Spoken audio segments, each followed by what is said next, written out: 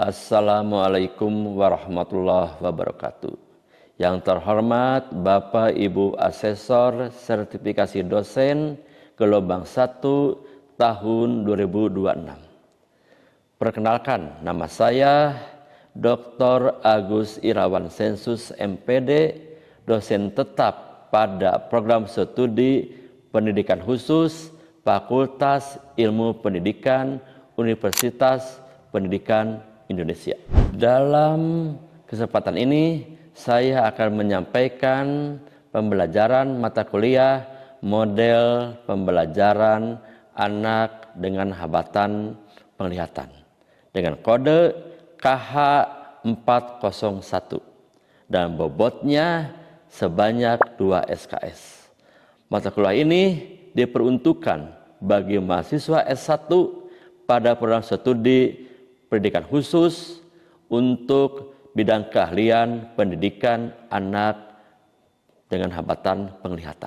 Mata kuliah ini memberikan wawasan pemahaman dan terampil kepada mahasiswa untuk melaksanakan pembelajaran anak dengan hambatan penglihatan, yang dimana mahasiswa mengkaji topik-topik sebagai berikut. Satu adalah tentang konsep dasar model pembelajaran. Kedua, tentang teori-teori belajar ADHP. Ketiga, tentang prinsip-prinsip pembelajaran ADHP. Keempat, tentang media pembelajaran bagi ADHP. Kelima, tentang evaluasi pembelajaran bagi ADHP. Keenam, tentang strategi dan pendekatan pembelajaran bagi ADHP. Dan ketujuh, merancang pembelajaran bagi ADHP. Setelah mahasiswa memiliki pengetahuan tentang ketujuh aspek tersebut, saya sebagai dosen akan mendorong mahasiswa untuk membuat sebuah proyek yang namanya rencana pelaksanaan pembelajaran atau modul ajar bagi ADHP. Itulah tentang materi mata kuliah ini, dan selama perkuliahan ini dilaksanakan sebanyak 16 kali pertemuan. 14 kali pertemuan berupa paparan materi dan diskusi kelompok, dan 1 pertemuan untuk ujian tengah semester, dan 1 pertemuan untuk ujian akhir semester. Mata kuliah ini dibangun oleh 4 CPL. Pertama, menunjukkan sikap dan pemahaman ilmiah, edukatif bagi mahasiswa untuk berkontribusi terhadap kehidupan berbangsa, bernegara, dan bermasyarakat. Kedua adalah memiliki pemahaman tentang konsep model pembelajaran bagi anak dengan hambatan penglihatan.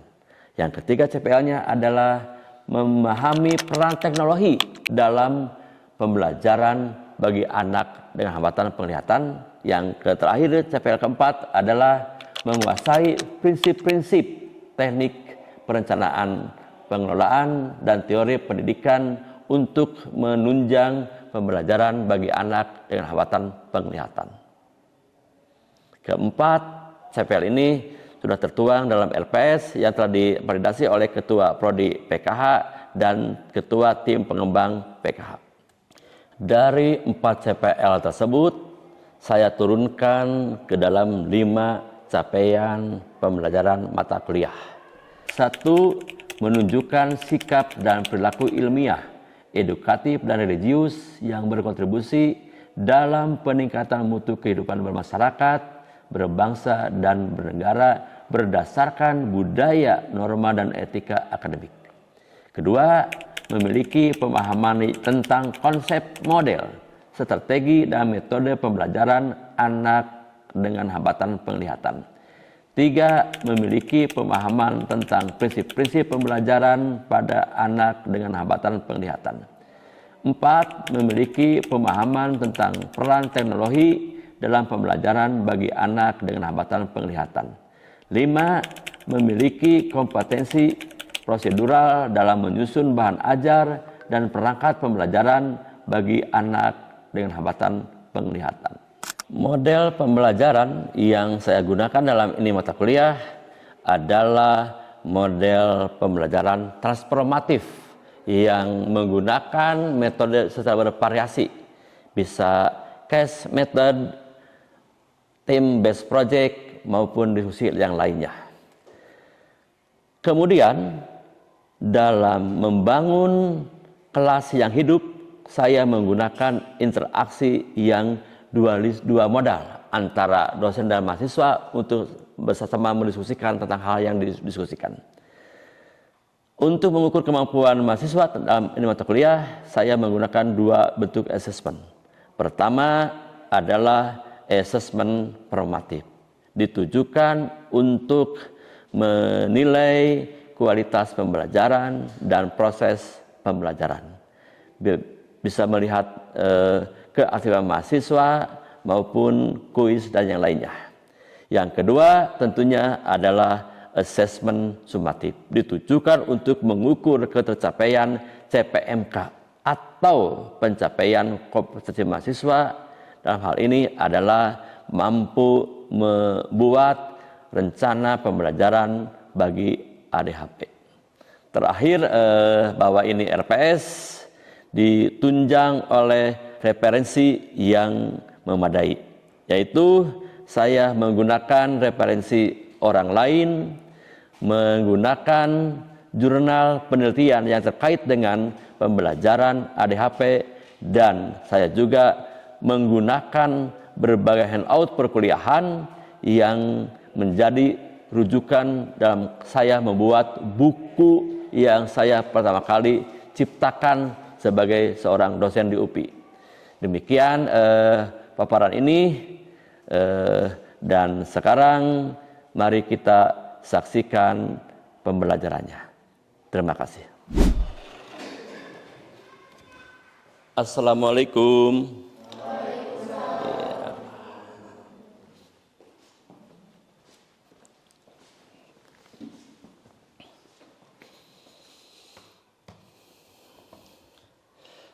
Teman-teman ya, kita mulai ya perkuliahan.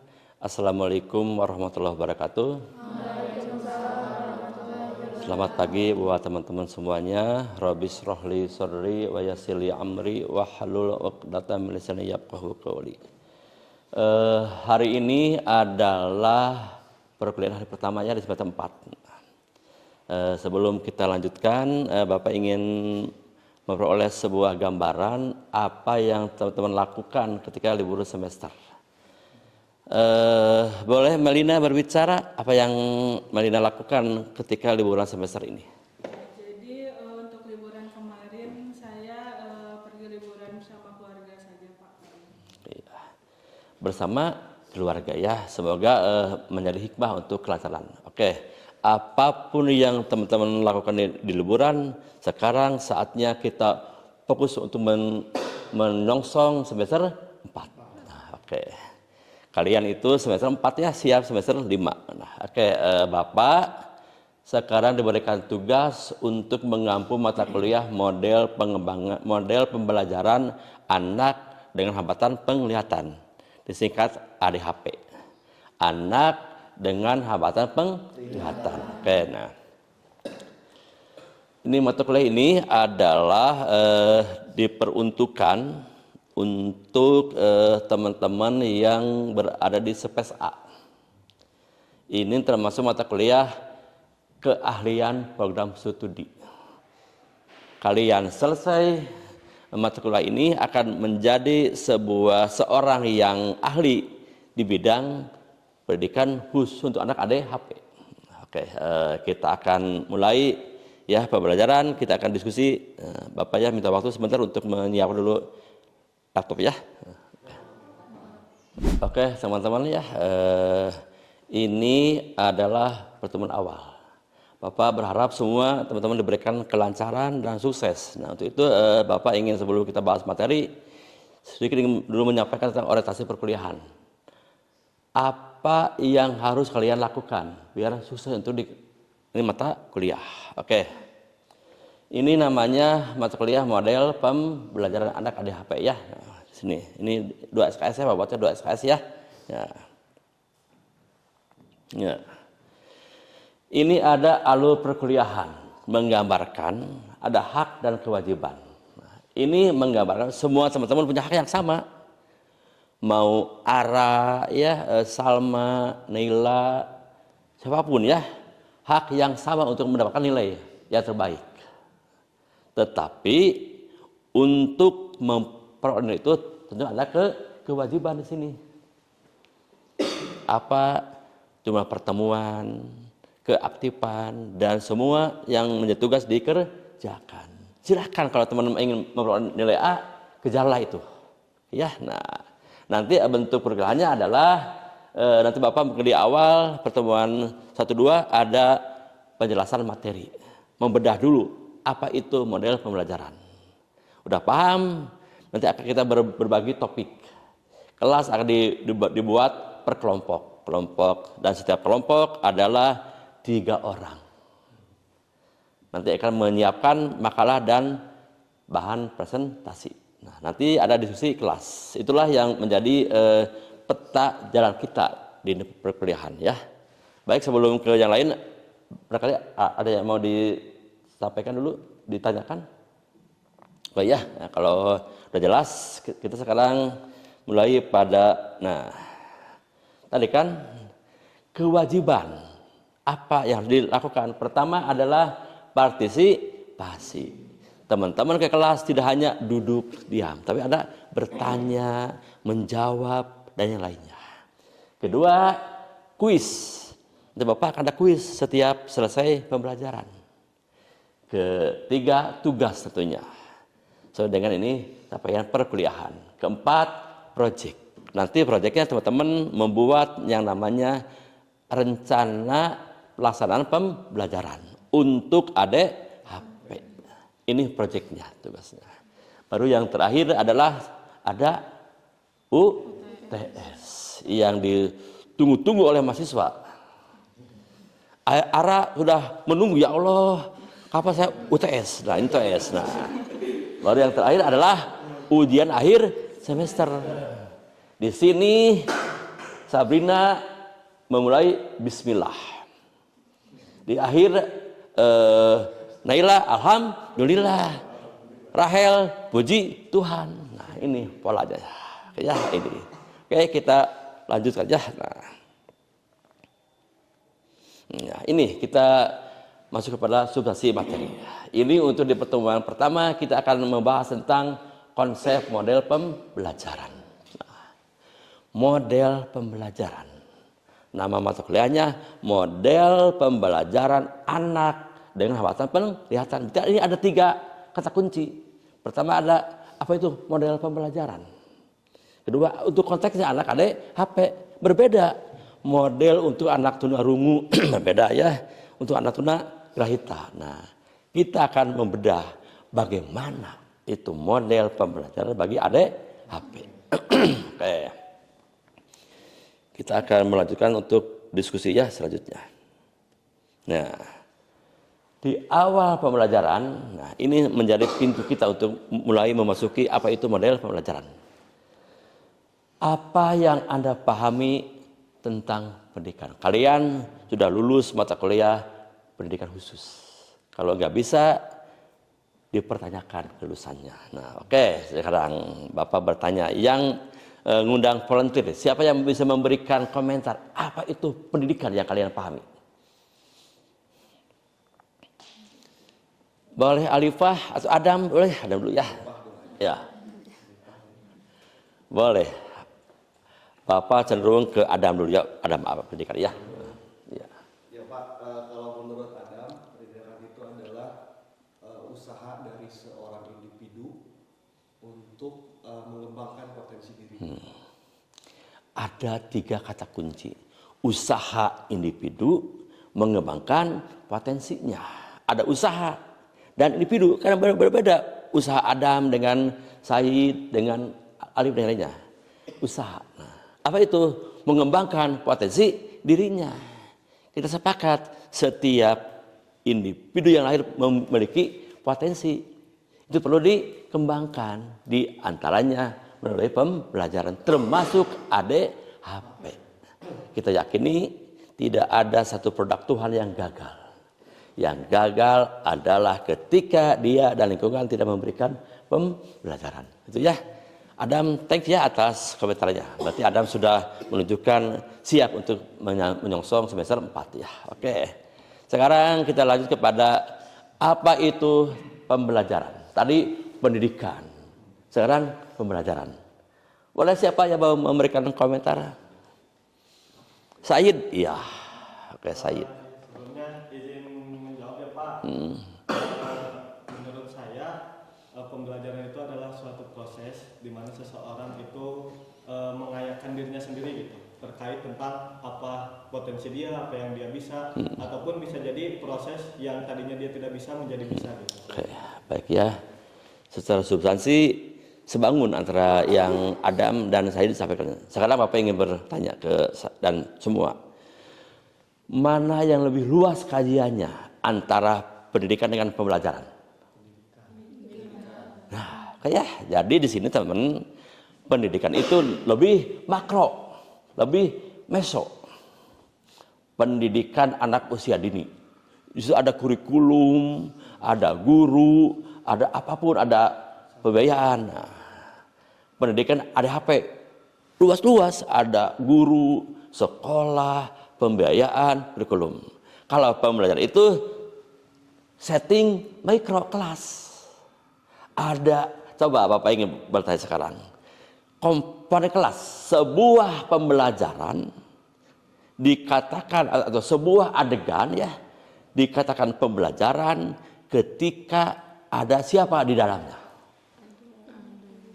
Aira. Oke, apa? Ada guru. Kedua, siswa Dan sesuatu atau materi Iya. yang akan disampaikan. Iya. Sekurang-kurangnya ada guru sebagai seorang fasilitator, sebagai seorang narasumber. Ada siswa sebagai penerima informasi, sebagai peer discuss. Dan ada yang dibawa. Itu kurikulum dan pembelajaran. Boleh ada evaluasi ya, ada metode yang lainnya. Tapi itu sekurang-kurangnya ada guru sebagai transfer knowledge, sebagai orang yang memberikan informasi, dan siswa sebagai penerima. Tapi saat ini adalah paradigmanya harus interaksi, nggak boleh nilai itu. Iya, ada interaksi, boleh bertanya dan lainnya ya. Nah, oke, itulah pembelajaran mikro ya. Sekarang kita ke model. Ada orang berbicara, ada program, ada model, ada apa lagi? Nah, sekarang apa yang kaliannya sebelum Bapak nanti bahas lebih jauh? Apa yang kalian pahami tentang model? Nggak boleh lihat dulu ChatGPT, langsung apa yang kalian pahami. Apa itu model? Mau menjawab? Mau bismillah? Oke. Kita bahas ya. Oke, model. Nah, ini kan bisa model untuk tunanetra, tunarungu, tunagrahita. Model untuk anak usia dini, SMP. Nah, kita lebih spesifik kontekstualnya untuk anak ADHP. Coba Salma, apa kepanjangan ADHP? Lupa. Anak dengan hambatan penglihatan. Ya. Wajib hukumnya ya, sarjana PKH kalau keluar ADHP harus mengatakan di benak anak dengan hambatan penglihatan.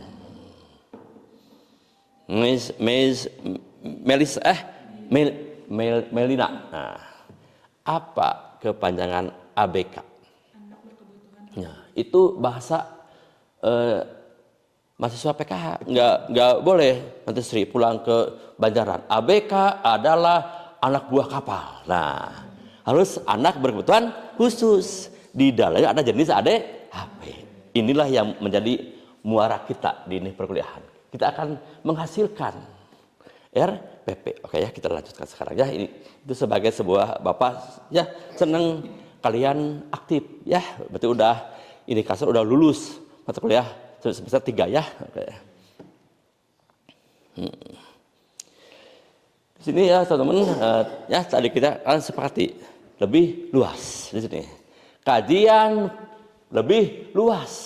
Bisa makro itu nasional, pendidikan anak usia dini, pendidikan kebutuhan khusus, pendidikan masyarakat, luas makro. Nah, ada meso, pendidikan anak usia dini dan kelas A, B. Nah, lebih ke menengah. Nah, itu di sini dari filsafat. Apa yang menjadi filsafat pendidikan nasional yang seharusnya ada konsep teori. Nah, kurikulum tadi ya, ada pembiayaan, pendidik guru dan kebijakan. Lebih luas makronya, nggak hanya tadi kata arah, ada guru, siswa dan pembelajaran. Ini lebih luas. Nah, sehingga fokus kajiannya dalam pendidikan adalah merancang, menerapkan dan mengevaluasi dampaknya buat murid, buat lembaga. Apa dampak kurikulum mereka buat SLB, buat masyarakat, apa yang diperoleh. Sampai di sini teman-teman silakan kalau mau ada bertanya, menyanggah atau punya pandangan lain tentang pendidikan. Ada? Oke ya, Bapak lihat semua sudah angguk paham ya. Oke, kita lanjutkan sini ya. Nah, oke. Nah, kita ke pembelajaran. Nah, ini lebih spesifik, persis yang Ara tadi sampaikan kan. Nah, lingkungan belajar, kelas, actionnya proses belajar mengajar. Kelas ada guru, ada siswa, ada materi, urusan pembiayaan, urusan SDM yang lain, urusan apapun itu urusan kepala sekolah yang lain. Di kelas mah guru hanya ini memberikannya PBM ya. Kita lanjutkan. Kalau begitu tibalah pada kajian model pembelajaran ADHP. Apa mengkaji MMP ini adalah singkatan. M-nya materi, apa materi yang diperlukan untuk anak ADHP. How to teach-nya metode. Dan P-nya how to evaluation, penilaiannya. Jadi nanti teman-teman ketika membuat RPP model ADHP, perhatikan apa materinya yang kontekstual dengan anak tuna netra ADHP. Metodenya apa dan penilaian. Coba sebagai refreshing, Bapak ingin bertanya kepada Sri. Boleh Sri ke Bapak menyampaikan apa metode khusus yang bisa dipakai, digunakan untuk anak dengan hambatan penglihatan. Yang pernah Sri waktu kuliah dulu ya. Salah satunya mungkin yang totalitas Pak. Boleh ya. Jadi memanfaatkan seluruh indera yang tersisa pada anak dengan hambatan penglihatan. Contohnya seperti indera pendengaran, indera perabaan. Ya. Sri, metode yang visible mengoptimalkan perabaan. Ada kata kunci. ADHP adalah individu yang memiliki modaliti pendengaran. Orang mengatakan raja indera pada ADHP adalah pendengaran. Makanya dalam salah satu teori disebut tunanetra sebagai insan auditori. Sebalik dengan anak tuna rungu kan, serba dilihat kan. Yang laki karena berkumis gini simbolnya. Perempuan yang pakai konde gini. Yang tinggi gini. Yang pendek begini. Rumah kan gini. Serba visual. Nah, kalau ada hal nanti kalau nanti teman-teman membuat perangkat pembelajaran, perhatikan metodenya dan penilaian. Oke ya. Sehingga dengan demikian MMP ini kajian situasi pembelajaran dan perangkat pembelajaran. Oke. Mau ada yang disampaikan sebelum Bapak Rahel? Oke ya. Nah. Oke, ini sebagai ya pengantar ya. Bapak sudah memberikan sebuah penjelasan untuk membentengi kesalahan persepsi ya. Nah, untuk mencari bentuk-bentuknya sekarang itu era medsos. Silakan cari di jurnal, di Google Scholar apapun. Tetapi kalian sudah paham ini lokus pendidikan, lokus pembelajaran, konteks ada HP, bukan yang lainnya. Nanti ketika di rumah di mana mencari referensi, ingat ini adalah pembelajaran untuk adik HP. Nah, untuk modelnya apa itu kita akan bahas di minggu depan ya, pertemuan kedua. Nah, sekarang biar lebih hebat ya. Nah, Bapak tugaskan secara individu ya di rumah, di kosan, mencari referensi satu, boleh dicatat ya, satu tentang teori-teori belajar yang mendukung untuk adik HP. Kan ada teori behavioristik ya, kognitif maupun konstruktivisme. Cari teorinya baik itu di jurnal maupun di hasil buku. Yang kedua yang lebih penting adalah cari referensi apa itu model pembelajaran dan apa unsur-unsurnya. Nah, nanti minggu depan setiap orang Bapak akan undang 3 orang pertama untuk menayangkan secara volunteer apa itu model. Nah, nanti dari hasil diskusi kita akan mendiskusikan apa itu model pembelajaran. Oke ya teman-teman, ini sebagai pertemuannya pertama. Oke, ini sebagai pertemuan pertama Bapak ingin bertanya. Sebuah refleksi, apa yang kalian peroleh sebagai pengetahuan baru, semangat baru dari ini pertemuan? Apa? Boleh Aira lagi? Udah melihat patahnya ya? Nah oke ya. Terima kasih Pak untuk kali ini. Insight yang didapat adalah bahwa kata Bapak semua orang memiliki hak yang sama di pendidikan, juga anak-anak berkebutuhan khususnya anak dengan hambatan penglihatan bisa memaksimalkan potensi dalam dirinya dengan sisa-sisa kemampuan yang dimilikinya. Seperti itu. Dan ternyata pendidikan dan pembelajaran adalah suatu hal yang sangat berkaitan, karena untuk mencapai pendidikan yang baik itu bisa dilalui dari pembelajaran. Seperti itu Pak. Good point for you. Nah, ini sebagai basis ya untuk nanti diperdalam di pertemuan kedua ya. Nah, kita akan sepakat each student, setiap anak can to learn, dapat belajar, tetapi dengan cara yang berbeda. Salah satu supportnya model pembelajaran. Apa itu model? Tunggu di pertemuan kedua. Bapak harap semua hadir. Yang nggak hadir nanti rugi namanya ya. Oke, nah baik ya teman-teman. Ini pertemuan pertama, Bapak doakan semua teman-teman itu diberikan kesehatan ya dan semangat belajar.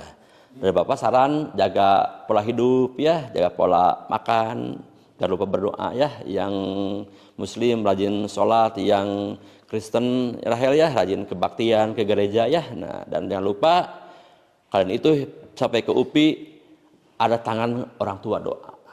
Bapak sampaikan nanti setiap mau kuliah WA minimal, pikol, mama, kakak mau kuliah, mama, Naila mau kuliah ke mama, doakan biar ada kelancaran ya. Itu pesan moral. Baik teman-teman, kita akhiri ini perkuliahan. Sekali lagi Bapak ya sampaikan banyak terima kasih atas kehadirannya dan jangan lupa tugas dikerjakan. Minggu depan sehari sebelum perkuliahan, berarti hari Minggu maksimal jam 12 malam Bapak tunggu itu ya laporannya di Google Drive ya. Terima kasih atas perhatiannya. Bapak ucapkan semuanya Assalamualaikum warahmatullahi wabarakatuh. Waalaikumsalam warahmatullahi wabarakatuh. Oke. Demikian Bapak Ibu Asesor Sertifikasi Dosen Gelombang 1 tahun 2026 tentang video pembelajaran saya dalam mata kuliah model pembelajaran bagi anak dengan hambatan penglihatan. Semoga ini bisa memberikan manfaat buat pengembangan ilmu pengetahuan. Saya akhiri dengan ucapan Assalamualaikum warahmatullahi wabarakatuh.